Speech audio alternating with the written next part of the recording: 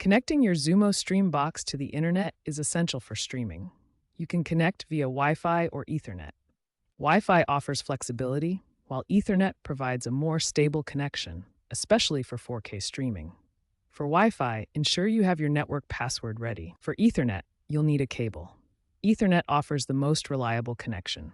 The Xumo Stream Box supports dual-band Wi-Fi, 2.4 GHz and 5 GHz, with 5 GHz recommended for faster speeds.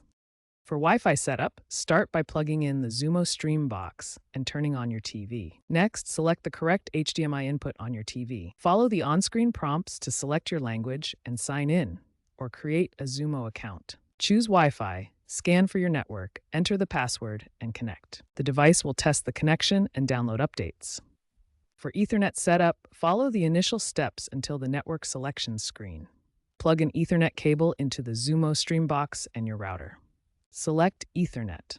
The device will automatically detect the connection. Complete the setup wizard,